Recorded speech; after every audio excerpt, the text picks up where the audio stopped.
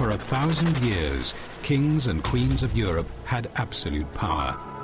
But absolute power corrupts absolutely. Greed, revenge, sex, madness, witchcraft, murder. Every monarch had their royal secrets.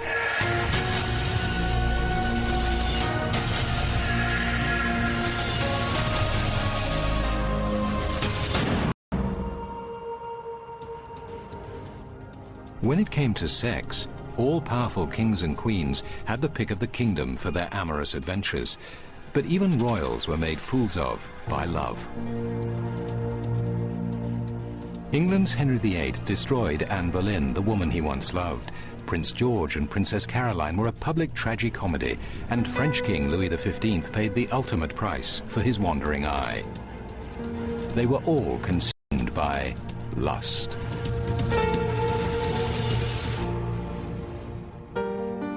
Henry VIII's passionate pursuit of Anne Boleyn is one of the great romantic tragedies. In the end, history was changed and Anne paid the ultimate price for her love.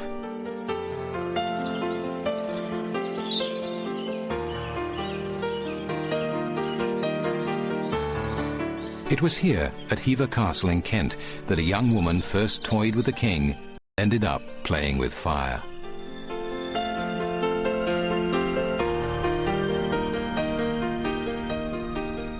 In the early 1500s, this perfectly preserved Tudor mansion was home to two little girls, Mary and Anne Boleyn, and their father Sir Thomas.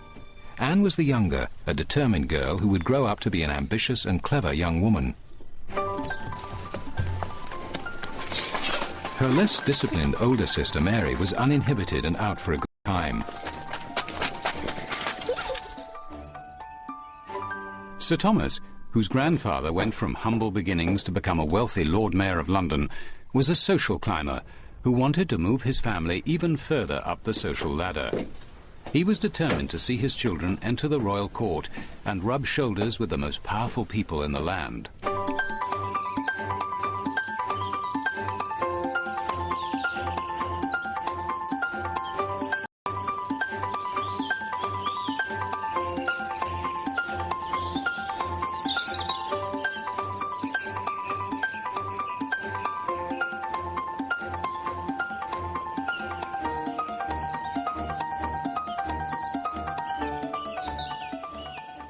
Sir Thomas had big plans for the social future of his young daughters Mary and Anne. Anne was to fulfill his every dream and become Queen of England, but at a terrible price. Meanwhile, King Henry VIII was married to his first wife, Catherine of Aragon. Over the years, the Queen had 8 children, but only one, a girl, survived. Desperate for a male heir to succeed him on the throne, Henry began to take on mistresses, and one of the first was Mary Boleyn, Anne's older sister. The King of England often visited Mary at Hever Castle for his trysts.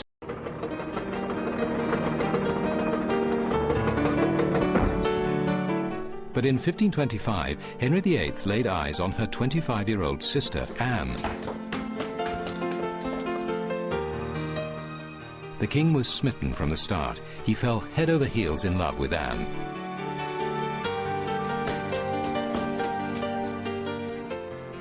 Though no great beauty, Anne was said to have eyes which could entrap and bewitch. Used to having his way with women, the king moved quickly to capture Anne and count her as his latest conquest. But Anne was no easy prey and played hard to get. The game of love was joined. To bring her closer to him, Henry appointed Anne maid of honor to Queen Catherine. Anne's calculated response was a provocative promise of delights to come. Love letters between Henry and Anne still exist and show the chase was not going to be easy. The warrant of maid of honor induces me to think that your Majesty has some regard for me, since it gives me the means of seeing you oftener and of assuring you by my lips, which I shall do at the first opportunity, that I am your Majesty's very obliged and obedient servant without any reserve. Henry was excited, unaware of how his long, extraordinary pursuit of Anne's favours would lead him to change his country forever. The more Anne withheld her favours, the more love-struck the king became. Conveniently forgetting he was still a married man, Henry promised he would at least be faithful to Anne. He wrote, "I beseech you now, with all my heart, to let me know your whole intention as to the love between us two. For more than a year I have been struck with the dart of love, and am not yet sure whether I shall fail or find a place in your heart and affection. If it pleases you to play the part of a true loyal mistress and friend, and to give yourself body and heart to me, I promise to take you for my only mistress, casting all others out of my thoughts and affection, and serving only you." In her response, Anne made it clear she was not settling for second best. "Your wife I cannot be, both in respect of my unworthiness will not be." Headstrong and wise to the nature of men, Anne knew just what to do to arouse the king's passions. She refused to give herself to Henry. Though the king was raging with lust, she wouldn't allow Henry to touch her. No matter how much the most powerful man in England begged and beseeched, Anne resisted for 6 years. Her terms were simple: no crown, no sex.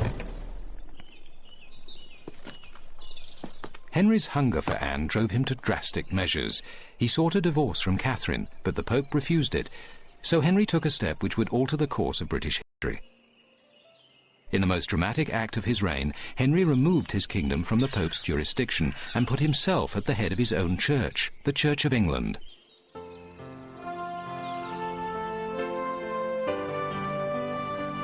And the king's first act was to grant himself a divorce from his queen. A free man at last, Henry gained access to Anne Boleyn's bed. To satisfy his lust, Henry had moved history. Henry married Anne in January 1533, when she was already carrying the king's child.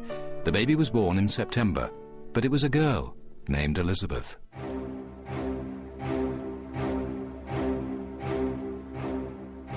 Henry had mortgaged the nation's soul for Anne's love, but he still needed a son. The new queen suffered 2 miscarriages and a stillborn child. Her failure to bear him a boy now reminded Henry of his royal obligation to produce a male heir. The king's romance with Anne cooled, and he consoled himself with the company of a new woman, Lady Jane Seymour. As he had done to his ex-wife Catherine, he appointed his new romantic interest as maid of honour to Anne. Ready for a new wife, Henry ordered Anne jailed in the Tower of London just 3 years after they married. She was then sentenced to death on trumped-up charges of adultery and treason. Anne Boleyn, Queen of England, remained proudly defiant to the end, as she wrote to her husband during her last days. "Let not your grace ever imagine that your poor wife will ever be brought to acknowledge a fault. Never a prince had wife more loyal in all duty and in all affection than you ever found in Anne Boleyn. I see now that the ground of my preferment lay on no surer foundation than your grace's fancy, and the least alteration was sufficient to draw fancy to some other subject from my doleful prison in the Tower. Your most loyal and ever faithful wife, Anne."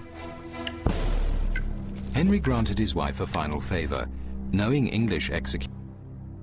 At 9 in the morning on May 19, 1536, the Frenchman severed her head with a single blow and held it up to the crowd.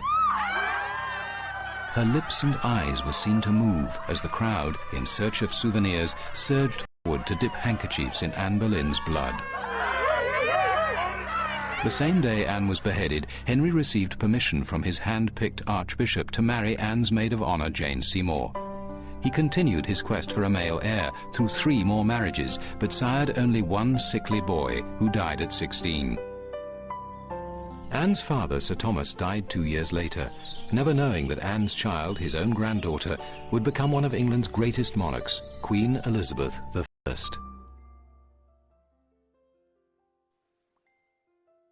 While Henry VIII used drastic means to get rid of Anne Boleyn, 300 years later, England's George IV had a harder time shedding an unwanted wife. His troubles began while he was still Prince of Wales. Young George was a charmless prince, a heavy drinker and a gambler, particularly fond of horse racing. He consistently lost huge sums, owing debt equivalent today to tens of millions of dollars.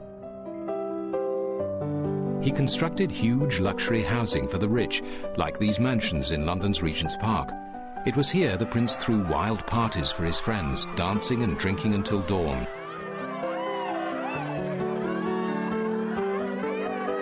George decorated the exteriors with sensual erotica, some reflecting his preference for older women.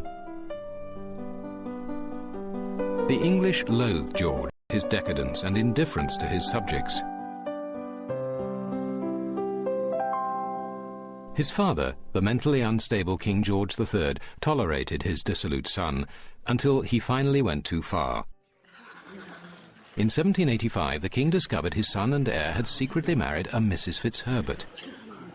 Under the Constitution, British monarchs were forbidden to marry Catholics or divorcees, and Mrs. Fitzherbert was both. She could never become Queen of England. The king ordered them to separate. But his son would only comply if his gambling debts were cleared. The nation's treasury was forced to cover the prince's huge losses. His secret marriage was then annulled, and an official marriage was arranged for the prince. His bride was Princess Caroline of Brunswick. Her portrait was sent to George and met with his approval, but court painters often depicted their subjects in flattering ways. George was in for a surprise. The day before the wedding, George nervously awaited his bride in eager anticipation. She was introduced as his future wife. Prince George was aghast. She was short, fat, smelly, and ruddy-faced. Though no paragon of beauty himself, the prince recoiled, muttering, "Ah, I am not well. For heaven's sake, bring me a glass of brandy." George remained drunk throughout his wedding day and had to be propped up at the ceremony. Disconsolate, he wept throughout the entire service. On his wedding night, the inebriated George passed out in the fireplace instead of consummating the marriage. In the morning, he dragged himself to Caroline's bed and performed his royal duty for the first and last time. The fertile princess became pregnant after this solo encounter, but within weeks the couple had separated for good. George remarked to a friend, "I'd rather see toads and vipers crawling over me dinner than sit at the same table with her." Cartoonists gleefully rushed to sketch the royal marital farce. George left his wife to return to Mrs. Fitzherbert and a string of matronly mistresses. Spurned by her husband, the vivacious and flamboyant Caroline enjoyed her freedom. She tried on makeup, ate large quantities of onions, and drank brandy. She invited friends to her house and many men into her bedroom. She considered sex a happy and healthy activity, describing herself as a little devil in petticoats. I have a bedfellow whenever I like. Nothing is more wholesome. Scandalized London society was filled with rumours of Princess Caroline's affairs. It was even said she had another child by a prominent noble, Sir Sidney Smith. But the guileless Princess Caroline didn't realise that Prince George, eager to prove her adultery for a divorce, was spying on her. One of her servants reported to the prince, "Mary Wilson said to me how she went into Princess Caroline's bedroom in order to make up the fire. But she found her and Sir Sidney in such an indecent situation that she immediately left the room and was so shocked that she fainted away at the door." The prince's evidence was hearsay, and a special commission found it unconvincing, but vicious court gossip forced Caroline to leave England for an extended tour of Europe. During her visit to Italy, the irrepressible Caroline rode through the streets of Milan in a pink feathered hat and a dress which showed off her ample posterior and stout legs. There, Caroline met her true love, a handsome but penniless Italian adventurer named Bartolomeo Pergami. They travelled together through Europe, making no attempt to disguise their intimacy. 6 years later, Caroline learned that King George III had died, and her husband had George offered her a king's ransom of more than $2 million a year to stay away, but Caroline refused to be bought off and went back to England. Desperate to get a divorce, George launched an official investigation into Caroline's love life. An English naval officer reported that Caroline switched cabins to be next to her lover. An Italian servant testified she made regular visits to her lover's bedroom and that he saw them kiss in public and bathe together in private. Caroline's cook claimed to have caught the couple on a sofa in the throes of love. But tenacious Caroline fought for her position as queen. She hired a tough defense lawyer who publicly hinted at the hypocritical king's own adulterous affair and cowed the witnesses.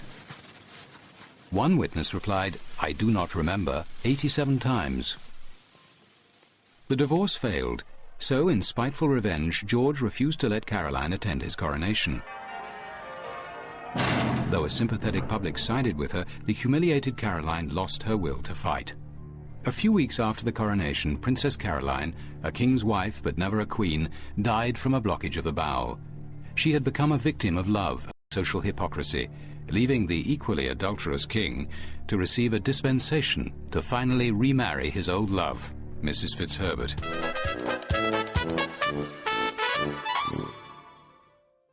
Unlike the public embarrassments of England's Prince George, scandal was no problem in the deliciously decadent French court of Louis XV. There, extramarital affairs were so common they were governed by codes of etiquette. Promiscuity was so widely accepted that the king's principal mistress held an official position in the royal household. Louis's grandfather, Sun King Louis XIV, left advice about a monarch's love life. The time we give to our lovers should never be to the detriment of our work, because our primary objective must be the preservation of our glory and authority. When you lose your heart, you must remain in full control of your senses. Keep the caresses of your lovers separate from the responsibilities of kingship. The young king ignored his grandfather's instructions, and in the end he paid a terrible price for a life devoted to sexual debauchery. Louis XV, whose reign spanned much of the 1700s, was a sexually voracious monarch. He reputedly had over 100 partners, included everyone from leading courtiers to the lowliest Parisian street girls.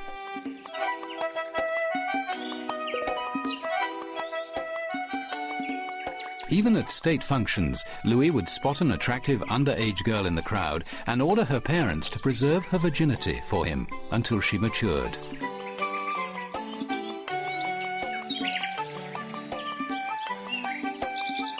The king's insatiable appetite needed a full-time valet to audition and procure potential royal bedmates.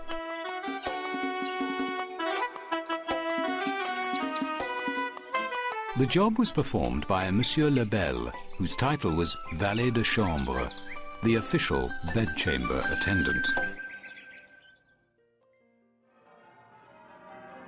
Louis was only 15 when he married a Polish princess. Initially faithful to his bride, he fathered a brood of 10 children in 12 years. But his wife tired of Louis's sexual demands and found any excuse to deny him her bed.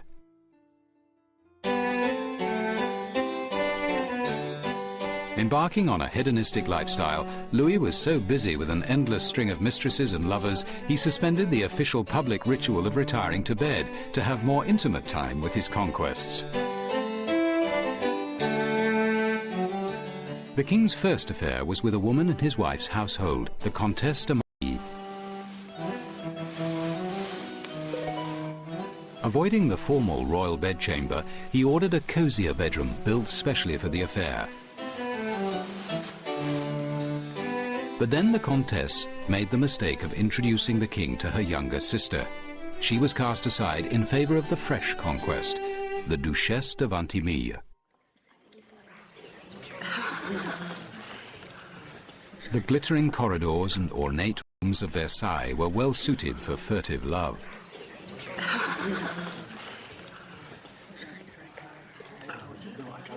Louis's most famous affair was with a 24-year-old commoner named Jeanne Antoinette Poisson. The couple met at a costume ball, where she arrived dressed as Diana the Huntress.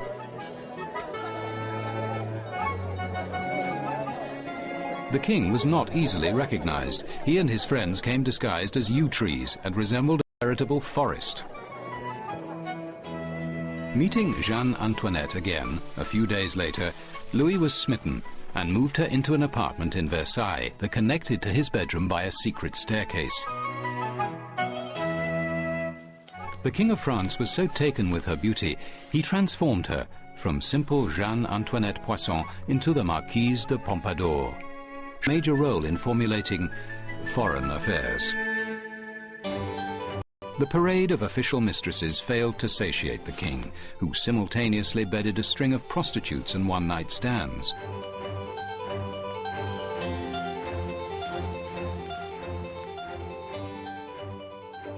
Rumours had it that Louis, accompanied by a pack of hounds, pursued laughing, naked young women through the grounds of Versailles. The palace gardens echoed with giggles as the panting King of France chased his prey.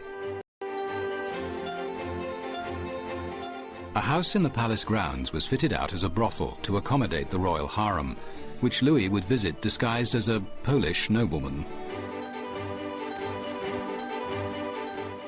Despite precautions to protect Louis from his worst excesses, even the King of France paid a horrendous price for so much license. Louis XV contracted smallpox, aggravated by what was called the French disease, syphilis. His skin erupted in oozing sores, and he suffered an agonizing death. His corpse was so rotten, the undertakers skipped embalming it and immediately destroyed it in quicklime. For Louis XV, the Cupid of love had aged into the Grim Reaper of death.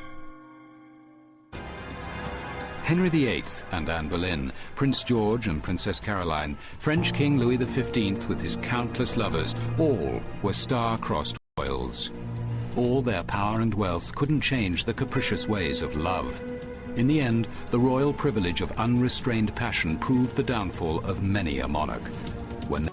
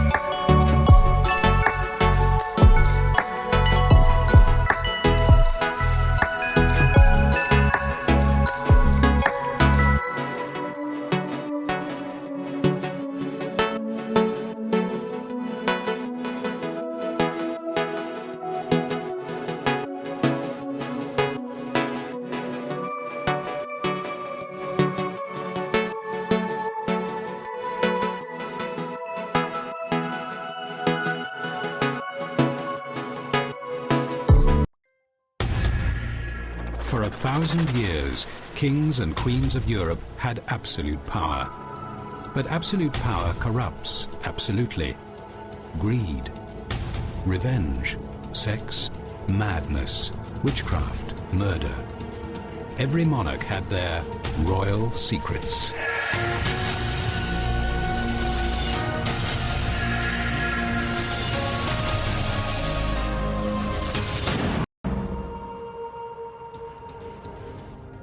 When it came to sex, all-powerful kings and queens had the pick of the kingdom for their amorous adventures. But even royals were made fools of by love. England's Henry VIII destroyed Anne Boleyn, the woman he once loved. Prince George and Princess Caroline were a public tragicomedy, and French King Louis XV paid the ultimate price for his wandering eye. They were all consumed by lust.